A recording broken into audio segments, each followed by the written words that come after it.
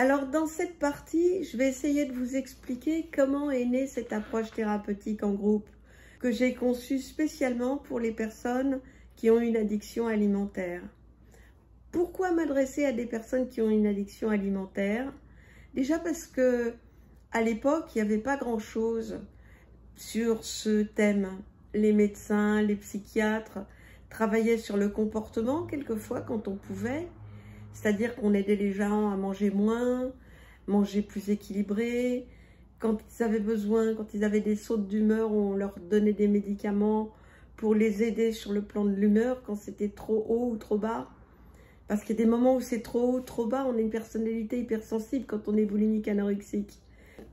La médecine et la psychologie a pu donner cette aide-là, mais n'a pas résolu le fond du problème. Je connaissais pas la boulimie anorexie moi-même quand j'étais petite. Je savais pas qu'il y avait d'autres gens que moi qui étaient atteints de ce trouble bizarre que je ne réussissais absolument pas à maîtriser, qui me faisait terriblement honte, qui occasionnait la colère de ma mère, les moqueries de mon père. Personne ne se rendait compte que ça, c'était un problème psychologique. De temps en temps, il m'arrivait de déprimer. J'étais adolescente, ma mère ne voulait pas que j'aille voir un psychiatre parce qu'elle disait les psychiatres c'est fait pour les fous. Alors que maintenant, on sait très bien que c'est pas vrai. C'est surtout des médecins spécialisés dans le mécanisme des neurones et des échanges neuronaux.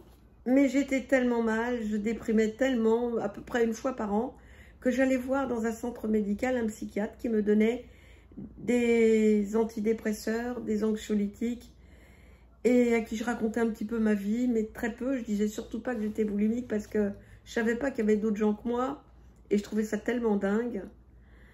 Et voilà, je me calmais un petit peu, ma dépression passait, et ça repartait sans que je puisse y faire quoi que ce soit.